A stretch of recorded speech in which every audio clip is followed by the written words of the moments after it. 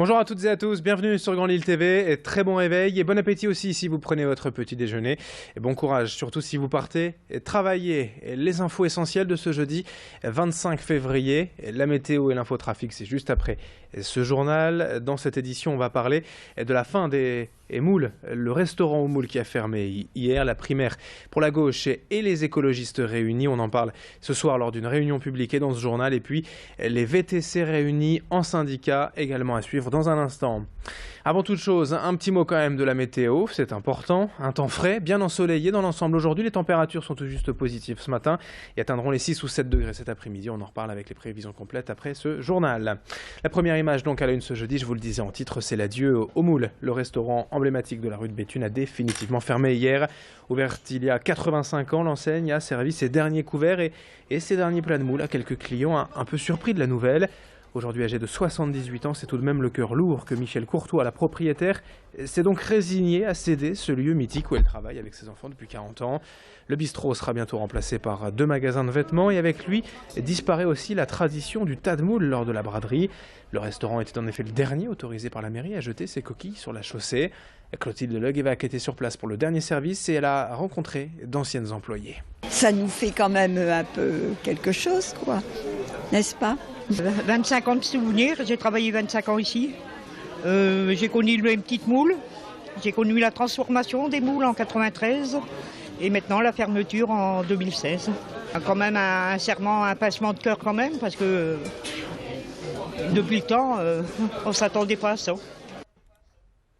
L'actualité à la une, c'est aussi les chiffres du chômage publiés hier soir par Pôle emploi. Dans la grande région Nord-Pas-de-Calais, Picardie, tout comme en France, ils sont en baisse, moins 1% par rapport à décembre, 3700 chômeurs de moins. Plus en détail, dans le Nord, la baisse est de moins 1,2%, soit en tout 175 084 personnes sans emploi le mois dernier dans le département. La politique également à l'ordre du jour avec les fameuses primaires de plus en plus présentes au sein des états-majors des partis, à droite comme à gauche. Il y a quelques semaines, en janvier, plusieurs personnalités ont lancé un appel pour demander une primaire commune des gauches et des écologistes réunis. Ce soir à 19h, une réunion publique de ce collectif Notre Primaire est annoncée à la Halle au Sucre à Lille. Plusieurs personnalités socialistes, dont Martine Aubry, sont annoncées.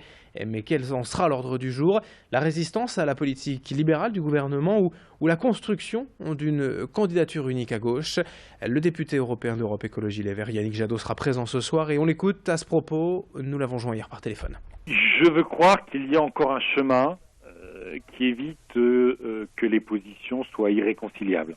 Quand vous avez dans ce pays, disons, le paysage politique divisé en trois, l'extrême droite, la droite qui lorgne fortement sur l'extrême droite et un dernier gros tiers pour la gauche et les écologistes, si en plus au sein de cette famille-là on est définitivement divisé, c'est que la droite et l'extrême droite potentiellement vont gouverner ce pays pendant longtemps. Le sujet, c'est pas qu'on se réconcilie ou qu'on s'engueule. La question, c'est est-ce qu'on a une vision pour lutter contre le chômage, le dérèglement climatique et la dislocation de l'Europe. Dans le reste de cette édition, sachez aussi que les chauffeurs de VTC de la région ont désormais leur propre syndicat. Une fédération nationale existait déjà, mais les nordistes ont souhaité un organe indépendant afin de traiter les questions spécifiques du Nord-Pas-de-Calais. Le syndicat en question rassemble déjà 30 entreprises et le but est d'en faire adhérer une centaine. Son rôle, c'est évidemment de peser face aux institutions et faire respecter les réglementations. Depuis l'émergence des VTC, il était très difficile pour les chauffeurs de se faire entendre, notamment face aux taxis particulièrement bien organisés. Ce syndicat est aujourd'hui rattaché à l'UNSA, mais ses représentants tiennent tout de même à marquer leur indépendance. Explication avec le responsable premier de ce syndicat, au micro de Céline Huret. La création de ce syndicat, ça permet d'ouvrir un débat avec les autorités. Quand je dis les autorités, c'est le préfet au niveau de la circulation et au niveau de la brigade des transports qui contrôle. Donc en leur disant, voilà, nous, on a une réglementation qu'on respecte et que nos adhérents sont soumis à respecter cette réglementation. C'est la reconnaissance déjà de la profession, parce que ce sont des entreprises qui contribuent à la richesse de ce pays, donc ils ont des statuts. Et puis pour conclure ce journal, quelques images en hauteur pour évoquer cette semaine la mission de surveillance des lignes très haute tension dans la région. C'est RTE qui mène les opérations depuis un hélicoptère que vous verrez peut-être passer près de chez vous ces jours-ci. En vol, la surveillance se fait grâce à une caméra infrarouge qui scrute les points chauds à moins de 20 mètres de distance. Ces points chauds désignent en fait des échauffements anormaux de câbles qui pourraient freiner la puissance et ainsi le rendement électrique. Le Valenciennois, la Pévèle et la métropole lilloise sont concernés cette semaine. Louis Caillé s'est rendu pour nous à bord de cet hélicoptère et a interrogé le directeur du groupe maintenance de RTE quant aux objectifs précis de ces missions de surveillance. La thermographie infrarouge de nos ouvrages est une maintenance qui répond à deux objectifs, la sécurité des tiers et la sûreté d'alimentation. La sécurité des tiers parce que si on laissait un point chaud sur le réseau trop longtemps, on pourrait aller jusqu'à une rupture des pièces d'accrochage et donc voir une chute d'un conducteur au sol. Et ça, on veut absolument l'éviter. Nos ouvrages, ils surplombent forcément les tiers, donc voilà, la sécurité des tiers.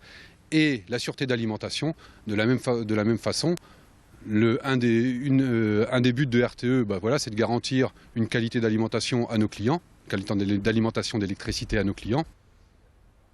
Allez, fin de ce journal, 7h36 en direct sur Grand Lille TV dans un instant. À suivre les prévisions météo et l'infotrafic. Merci de votre fidélité. Très belle journée à toutes et à tous.